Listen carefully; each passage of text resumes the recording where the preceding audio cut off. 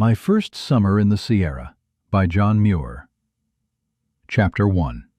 Through the Foothills with a Flock of Sheep. 1869. In the great Central Valley of California, there are only two seasons, spring and summer. The spring begins with the first rainstorm, which usually falls in November. In a few months, the wonderful flowery vegetation is in full bloom, and by the end of May, it is dead and dry and crisp, as if every plant had been roasted in an oven. Then the lolling, panting flocks and herds are driven to the high, cool, green pastures of the Sierra. I was longing for the mountains about this time, but money was scarce, and I couldn't see how a bread supply was to be kept up. While I was anxiously brooding on the bread problem, so troublesome to wanderers, and trying to believe that I might learn to live like the wild animals, gleaning nourishment here and there from seeds, berries, etc., sauntering and climbing in joyful independence of money or baggage, Mr. Delaney, a sheep owner, for whom I had worked a few weeks, called on me, and offered to engage me to go with his shepherd and flock to the headwaters of the Merced and Tuolumne rivers, the very region I had most in mind.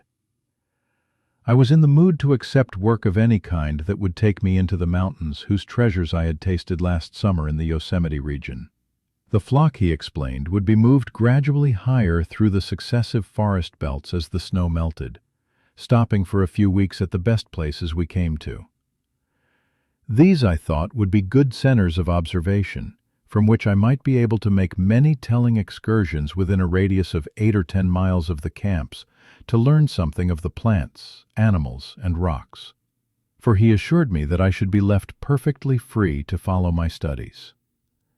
I judged, however, that I was in no way the right man for the place, and freely explained my shortcomings, confessing that I was wholly unacquainted with the topography of the upper mountains, the streams that would have to be crossed, and the wild sheep-eating animals, etc. In short, that, what with bears, coyotes, rivers, canyons, and thorny, bewildering chaparral, I feared that half or more of his flock would be lost. Fortunately, these shortcomings seemed insignificant to Mr. Delaney. The main thing, he said, was to have a man about the camp whom he could trust to see that the shepherd did his duty. And he assured me that the difficulties that seemed so formidable at a distance would vanish as we went on, encouraging me further by saying that the shepherd would do all the herding, that I could study plants and rocks and scenery as much as I liked, and that he would himself accompany us to the first main camp, and make occasional visits to our higher ones to replenish our store of provisions and see how we prospered. Therefore I concluded to go, though still fearing, when I saw the silly sheep bouncing one by one through the narrow gate of the home corral to be counted, that of the 2,050, many would never return. I was fortunate in getting a fine St. Bernard dog for a companion. His master, a hunter with whom I was slightly acquainted, came to me as soon as he heard that I was going to spend the summer in the Sierra, and begged me to take his favorite dog, Carlo, with me. For he feared that if he were compelled to stay all summer on the plains, the fierce heat might be the death of him. "I think I can trust you to be kind to him," he said, "and I am sure he will be good to you. He knows all about the mountain animals, will guard the camp, assist in managing the sheep, and in every way be found able and faithful." Carlo knew we were talking about him, watched our faces, and listened so attentively that I fancied he understood us. Calling him by name, I asked him if he was willing to go with me. He looked me in the face with eyes expressing wonderful intelligence, then turned to his master, and after permission was given by a wave of the hand toward me and a farewell patting caress, he quietly followed me, as if he perfectly understood all that had been said, and had known me always. June 3rd, 1869. This morning provisions, camp kettles, blankets, plant press, etc., were packed on 2 horses. The flock headed for the tawny foothills, and away we sauntered in a cloud of dust. Mr. Delaney, bony and tall, with sharply hacked profile like Don Quixote, leading the pack horses. Billy, the proud shepherd. A Chinaman and a Digger Indian to assist in driving for the first few days in the brushy foothills. And myself, with notebook tied to my belt. The home ranch from which we set out is on the south side of the Tuolumne River, near French Bar, where the foothills of metamorphic gold-bearing slates dip below the stratified deposits of the Central Valley. We had not gone more than a mile before some of the old leaders of the flock showed by the eager, inquiring way they ran and looked ahead that they were thinking of the high pastures they had enjoyed last summer. Soon the whole flock seemed to be hopefully excited, the mothers calling their lambs, the lambs replying in tones wonderfully human, their fondly quavering calls interrupted now and then by hastily snatched mouthfuls of withered grass. Amid all this seeming babble of baas as they streamed over the hills, every mother and child recognized each other's voice. In case a tired lamb, half asleep in the smothering dust, should fail to answer, its mother would come running back through the flock toward the spot whence its last response was heard, and refuse to be comforted until she found it, the one of 1,000, though to our eyes and ears all seemed alike. The flock traveled at the rate of about a mile an hour, outspread in the form of an irregular triangle, about 100 yards wide at the base and 150 yards long, with a crooked, ever-changing point made up of the strongest foragers, called the leaders, which, with the most active of those scattered along the ragged sides of the main body, hastily explored nooks in the rocks and bushes for grass and leaves. The lambs and feeble old mothers dawdling in the rear were called the tail end. About noon the heat was hard to bear. The poor sheep panted pitifully and tried to stop in the shade of every tree they came to, while we gazed with eager longing through the dim burning glare toward the snowy mountains and streams, though not one was in sight. The landscape is only wavering foothills roughened here and there, with bushes and trees and outcropping masses of slate. The trees, mostly the blue oak Quercus Douglasii, are about 30 to 40 feet high, with pale blue-green leaves and white bark, sparsely planted on the thinnest soil, or in crevices of rocks beyond the reach of grass fires. The slates in many places rise abruptly through the tawny grass in sharp lichen-covered slabs, like tombstones in deserted burying grounds. With the exception of the oak and 4 or 5 species of manzanita and ceanothus, the vegetation of the foothills is mostly the same as that of the plains. I saw this region in the early spring, when it was a charming landscape garden, full of birds and bees and flowers.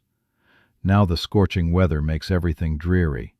The ground is full of cracks, lizards glide about on the rocks, and ants in amazing numbers, whose tiny sparks of life only burn the brighter with the heat, fairly quiver with unquenchable energy as they run in long lines to fight and gather food. How it comes that they do not dry to a crisp in a few seconds' exposure to such sunfire is marvelous. A few rattlesnakes lie coiled in out-of-the-way places, but are seldom seen. Magpies and crows, usually so noisy, are silent now, standing in mixed flocks on the ground beneath the best shade trees, with bills wide open and wings drooped, too breathless to speak. The quails also are trying to keep in the shade about the few tepid alkaline waterholes. Cottontail rabbits are running from shade to shade among the ceanothus brush, and occasionally the long-eared hare is seen cantering gracefully across the wider openings. After a short noon rest in a grove, the poor dust-choked flock was again driven ahead over the brushy hills, but the dim roadway we had been following faded away just where it was most needed, compelling us to stop to look about us and get our bearings. The Chinamen seemed to think we were lost, and chattered in pidgin English concerning the abundance of liddy stick, chaparral, while the Indians silently scanned the billowy ridges and gulches for openings. Pushing through the thorny jungle, we at length discovered a road trending toward Coulterville, which we followed until an hour before sunset, when we reached a dry ranch and camped for the night. June 4th. The camp was astir at daybreak. Coffee, bacon, and beans formed the breakfast, followed by quick dishwashing and packing. A general bleating began about sunrise. As soon as a mother ewe arose, her lamb came bounding and bunting for its breakfast, and after the 1,000 youngsters had been suckled, the flock began to nibble and spread. The restless wethers with ravenous appetites were the first to move, but dared not go far from the main body. Billy and the Indian and the Chinaman kept them headed along the weary road, and allowed them to pick up what little they could find on a breadth of about 1/4 of a mile. But as several flocks had already gone ahead of us, scarce a leaf, green or dry, was left. Therefore the starving flock had to be hurried on over the bare, hot hills to the nearest of the green pastures, about 20 or 30 miles from here. The pack animals were led by Don Quixote, a heavy rifle over his shoulder intended for bears and wolves. This day has been as hot and dusty as the first, leading over gently sloping brown hills, with mostly the same vegetation, excepting the strange-looking Sabine pine, Pinus sabiniana, which here forms small groves or is scattered among the blue oaks. The trunk divides at a height of 15 or 20 feet into 2 or more stems, out-leaning or nearly upright, with many straggling branches and long gray needles, casting but little shade. In general appearance, this tree looks more like a palm than a pine. The cones are about 6 or 7 inches long, about 5 in diameter, very heavy, and last long after they fall, so that the ground beneath the trees is covered with them. They make fine, resiny, light-giving campfires, next to ears of Indian corn, the most beautiful fuel I've ever seen. The nuts, the Don tells me, are gathered in large quantities by the Digger Indians for food. They are about as large and hard-shelled as hazelnuts. Food and fire fit for the gods from the same fruit. June 5th. This morning, a few hours after setting out with the crawling sheep cloud, we gained the summit of the first well-defined bench on the mountain flank at Pino Blanco. The Sabine pines interest me greatly. They are so airy and strangely palm-like.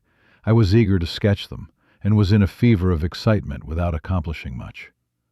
I managed to halt long enough, however, to make a tolerably fair sketch of Pino Blanco Peak from the southwest side, where there is a small field and vineyard irrigated by a stream that makes a pretty fall on its way down a gorge by the roadside.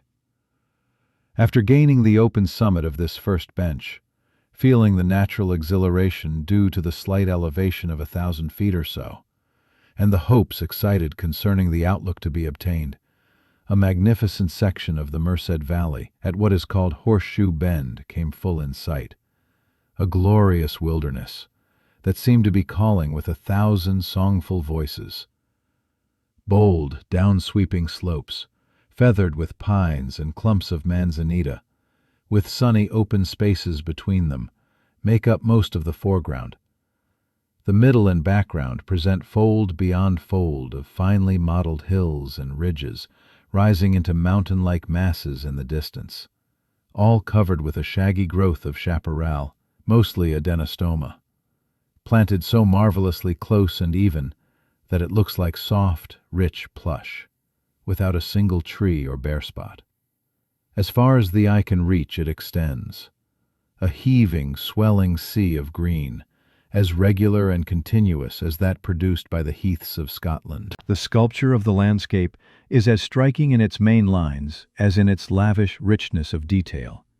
A grand congregation of massive heights, with the river shining between, each carved into smooth, graceful folds, without leaving a single rocky angle exposed, as if the delicate fluting and ridging fashioned out of metamorphic slates had been carefully sandpapered.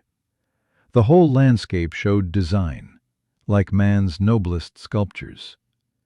How wonderful the power of its beauty! Gazing awe-stricken, I might have left everything for it. Glad, endless work would then be mine, tracing the forces that have brought forth its features, its rocks and plants and animals and glorious weather. Beauty beyond thought everywhere, beneath, above, made and being made forever. I gazed and longed and admired, until the dusty sheep and packs were far out of sight, made hurried notes and a sketch, though there was no need of either. For the colors and lines and expression of this divine landscape countenance are so burned into mind and heart, they surely can never grow dim. The evening of this charmed day is cool, calm, cloudless, and full of a kind of lightning I have never seen before. White, glowing, cloud-shaped masses down among the trees and bushes, like quick-throbbing fireflies in the Wisconsin meadows, rather than the so-called wildfire. The spreading hairs of the horses' tails and sparks from our blankets show how highly charged the air is. June 6th. We are now on what may be called the second bench or plateau of the range. After making many small ups and downs over belts of hill waves, with, of course, corresponding changes in the vegetation. In open spots, many of the lowland composite are still to be found, and some of the Mariposa tulips and other conspicuous members of the lily family. But the characteristic blue oak of the foothills is left below, and its place is taken by a fine large species, Quercus californica, with deeply lobed deciduous leaves, picturesquely divided trunk, and broad, massy, finely lobed and mottled head. Here also, at a height of about 2,500 feet, we come to the edge of the great coniferous forest, made up mostly of yellow pine with just a few sugar pines. We are now in the mountains, and they are in us, kindling enthusiasm, making every nerve quiver, filling every pore and cell of us. Our flesh and bone tabernacle seems transparent as glass to the beauty about us, as if truly an inseparable part of it, thrilling with the air and trees, streams and rocks, in the waves of the sun. A part of all nature, neither old nor young, sick nor well, but immortal. Just now I can hardly conceive of any bodily condition dependent on food or breath, any more than the ground or the sky. How glorious a conversion, so complete and wholesome it is. Scarce memory enough of old bondage days left as a standpoint to view it from.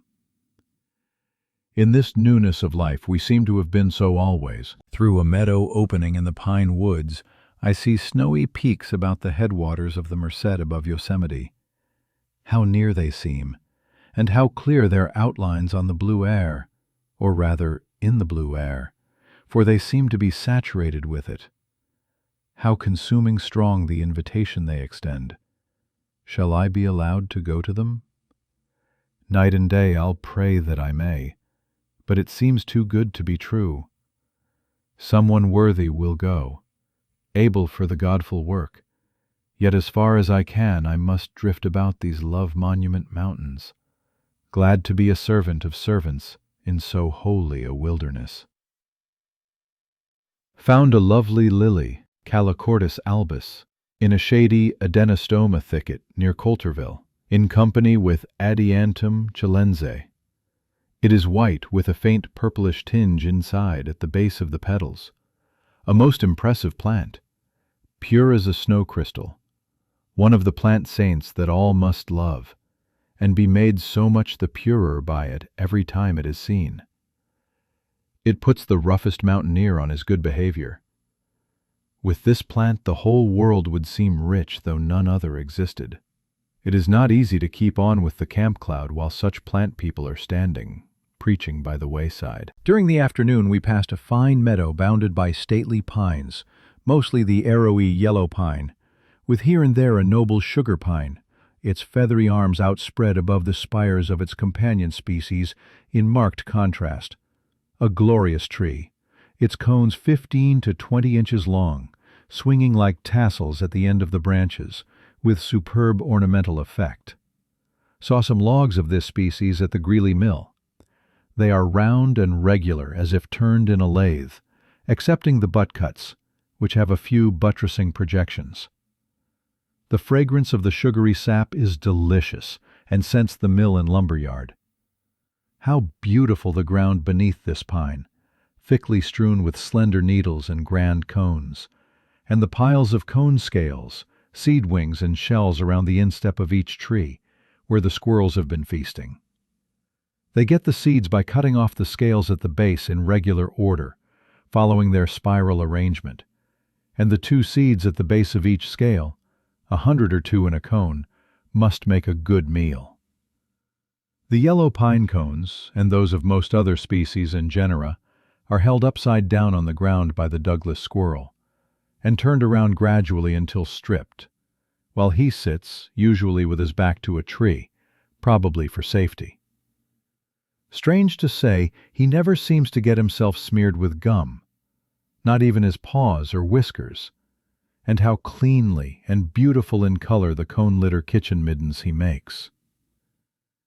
We are now approaching the region of clouds and cool streams. Magnificent white cumuli appeared about noon above the Yosemite region, floating fountains refreshing the glorious wilderness. Sky mountains, in whose pearly hills and dales the streams take their rise, blessing with cooling shadows and rain. No rock landscape is more varied in sculpture, none more delicately modeled than these landscapes of the sky. Domes and peaks rising, swelling, white as finest marble and firmly outlined. A most impressive manifestation of world building. Every rain cloud, however fleeting, leaves its mark, not only on trees and flowers whose pulses are quickened, and on the replenished streams and lakes, but also on the rocks are its marks engraved, whether we can see them or not. I have been examining the curious and influential shrub Adenostoma fasciculata, first noticed about Horseshoe Bend. It is very abundant on the lower slopes of the second plateau near Coulterville, forming a dense, almost impenetrable growth that looks dark in the distance. It belongs to the rose family, is about 6 or 8 feet high, has small white flowers in racemes 8 to 12 inches long, round needle-like leaves, and reddish bark that becomes shreddy when old. It grows on sun-beaten slopes, and like grass is often swept away by running fires, but is quickly renewed from the roots. Any trees that may have established themselves in its midst are at length killed by these fires, and this no doubt is the secret of the unbroken character of its broad belts. A few manzanitas, which also rise again from the root after consuming fires, make out to dwell with it. Also a few bush composite, Baccharis and Linoceras, and some liliaceous plants, mostly Calochortus and Brodia, with deep-set bulbs, safe from fire. A multitude of birds and wee sleekit cowrin timorous beasties find good homes in its deepest thickets, and the open bays and lanes that fringe the margins of its main belts offer shelter and food to the deer when winter storms drive them down from their high mountain pastures. A most admirable plant. It is now in bloom, and I like to wear its pretty, fragrant racemes in my buttonhole. Azalea occidentalis, another charming shrub, grows beside cool streams hereabouts, and much higher in the Yosemite region. We found it this evening in bloom a few miles above Greeley's Mill, where we are camped for the night. It is closely related to the rhododendrons, is very showy and fragrant, and everybody must like it not only for itself, but for the shady alders and willows, ferny meadows, and living water associated with it. Another conifer was met today, incense cedar, Libocedrus decurrens, a large tree with warm yellow-green foliage, in flat plumes like those of arborvitae, bark cinnamon-colored, and, as the boles of the old trees are without limbs, they make striking pillars in the woods where the sun chances to shine on them. A worthy companion of the kingly sugar and yellow pines. I feel strangely attracted to this tree, The brown, close-grained wood, as well as the small, scale-like leaves, is fragrant, and the flat, overlapping plumes make fine beds, and must shed the rain well. It would be delightful to be storm-bound beneath one of these noble, hospitable, inviting old trees, its broad, sheltering arms bent down like a tent, incense rising from the fire made from its dry fallen branches, and a hearty wind chanting overhead. But the weather is calm tonight, and our camp is only a sheep camp. We are near the North Fork of the Merced. The night wind is telling the wonders of the upper mountains, their snow fountains and gardens, forests and groves. Even their topography is in its tones. And the stars, the everlasting sky lilies, how bright they are now that we have climbed above the lowland dust. The horizon is bounded and adorned by a spiry wall of pines, every tree harmoniously related to every other. Definite symbols, divine hieroglyphics written with sunbeams. Would I could understand them. The stream flowing past the camp through ferns and lilies and alders makes sweet music to the ear. But the pines, marshaled around the edge of the sky, make a yet sweeter music to the eye. Divine beauty all. Here I could stay tethered forever, with just bread and water, nor would I be lonely. Loved friends and neighbors, as love for everything increased, would seem all the nearer, however many the miles and mountains between us. June 7th.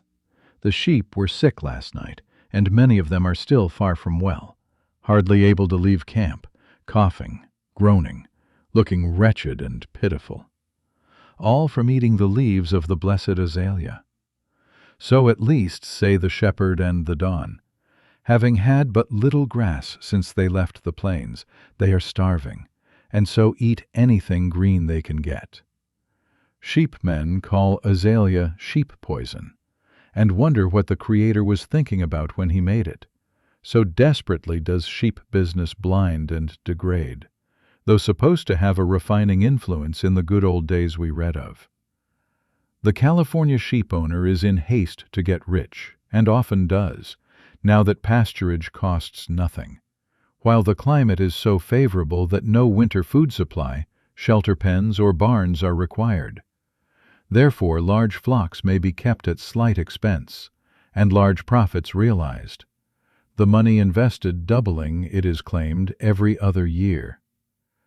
This quickly acquired wealth usually creates desire for more.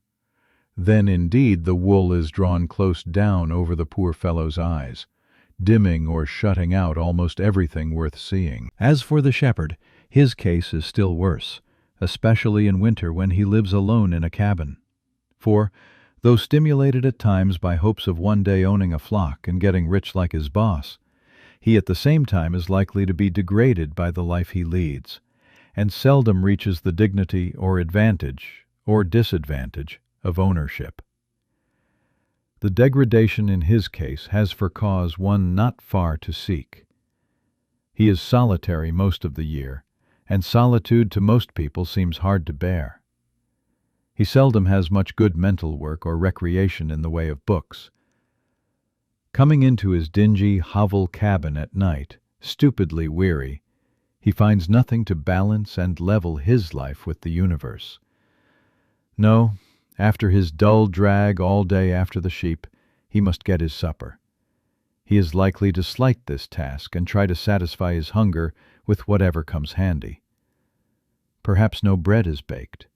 Then he just makes a few grimy flapjacks in his unwashed frying pan, boils a handful of tea, and perhaps fries a few strips of rusty bacon.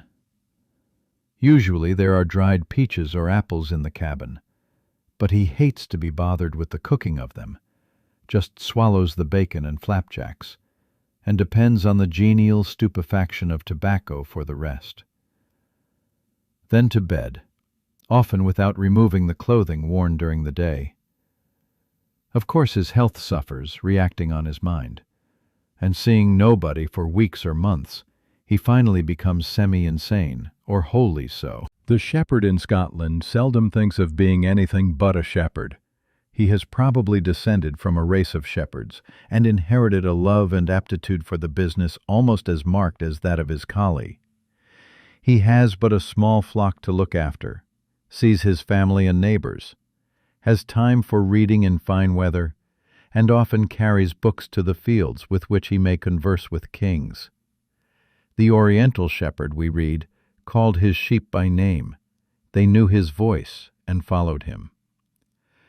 The flocks must have been small and easily managed, allowing piping on the hills and ample leisure for reading and thinking.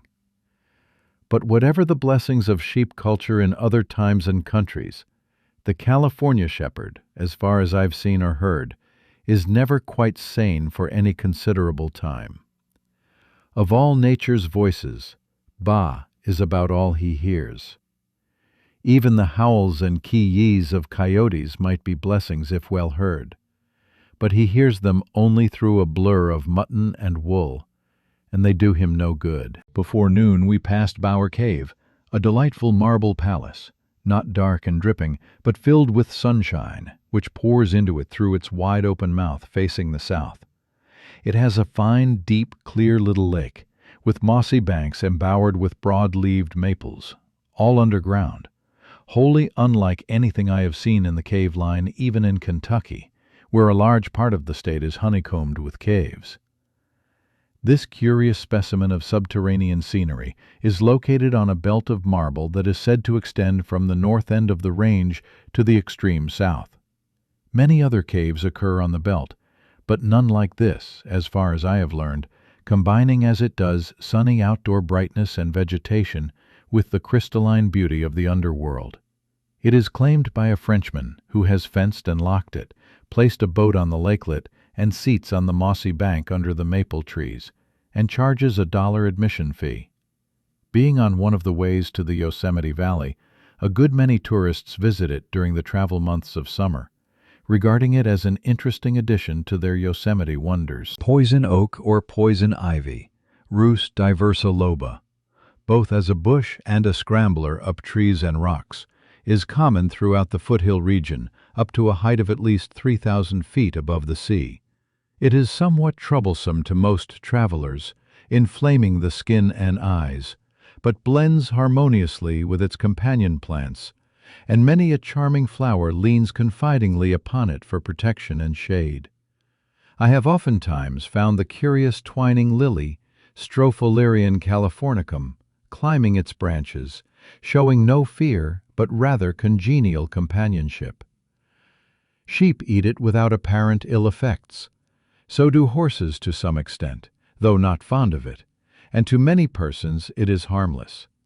Like most other things not apparently useful to man, it has few friends, and the blind question, why was it made, goes on and on, with never a guess that first of all it might have been made for itself. Brown's Flat is a shallow, fertile valley on the top of the divide between the North Fork of the Merced and Bull Creek, commanding magnificent views in every direction. Here the adventurous pioneer David Brown made his headquarters for many years, dividing his time between gold hunting and bear hunting. Where could lonely hunter find a better solitude? Game in the woods, gold in the rocks, health and exhilaration in the air, while the colors and cloud furniture of the sky are ever inspiring through all sorts of weather. Though sternly practical, like most pioneers, old David seems to have been uncommonly fond of scenery.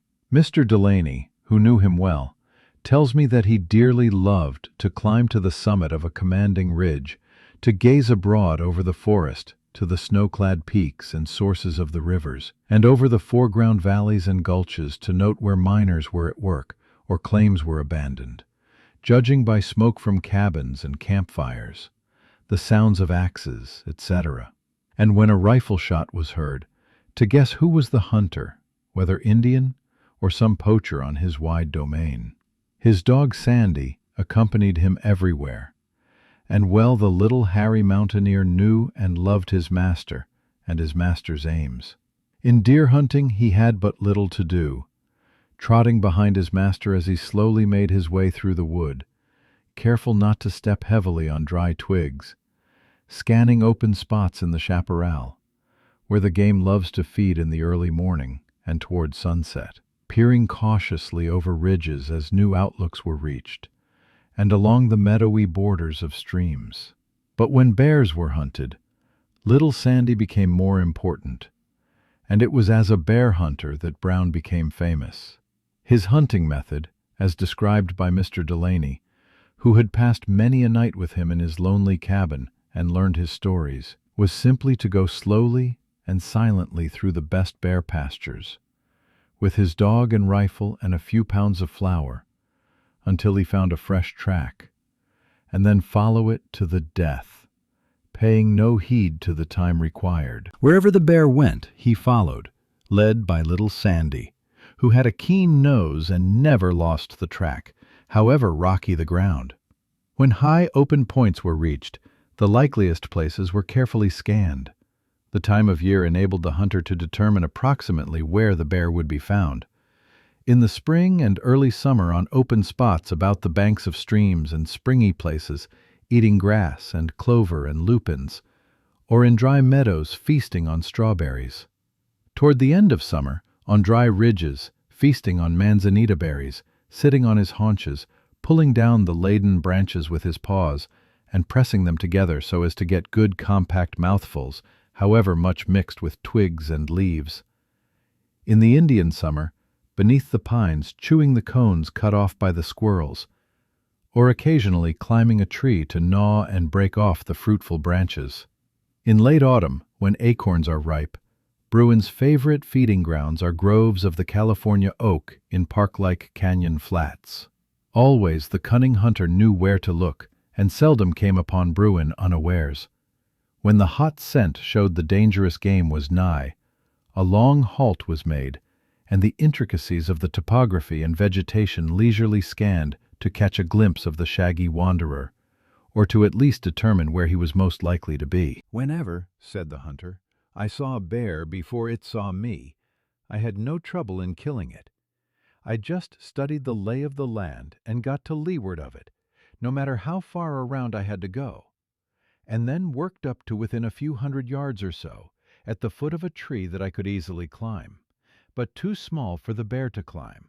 Then I looked well to the condition of my rifle, took off my boots so as to climb well if necessary, and waited until the bear turned its side in clear view, when I could make a sure or at least a good shot. In case it showed fight, I climbed out of reach. But bears are slow and awkward with their eyes, and being to leeward of them, they could not scent me, and I often got in a second shot before they noticed the smoke. Usually, however, they run when wounded, and hide in the brush. I let them run a good safe time before I ventured to follow them, and Sandy was pretty sure to find them dead. If not, he barked and drew their attention, and occasionally rushed in for a distracting bite, so that I was able to get to a safe distance for a final shot. Oh yes, bear hunting is safe enough when followed in a safe way, though, like every other business, it has its accidents. And little Doggy and I have had some close calls. Bears like to keep out of the way of men as a general thing, but if an old, lean, hungry mother with cubs met a man on her own ground, she would, in my opinion, try to catch and eat him. This would be only fair play anyhow, for we eat them. But nobody hereabout has been used for bear grub that I know of." Brown had left his mountain home ere we arrived, but a considerable number of Digger Indians still linger in their cedar bark huts on the edge of the flat. They were attracted in the first place by the white hunter whom they had learned to respect, and to whom they looked for guidance and protection against their enemies, the Paiutes, who sometimes made raids across from the east side of the range to plunder the stores of the comparatively feeble Diggers and steal their wives.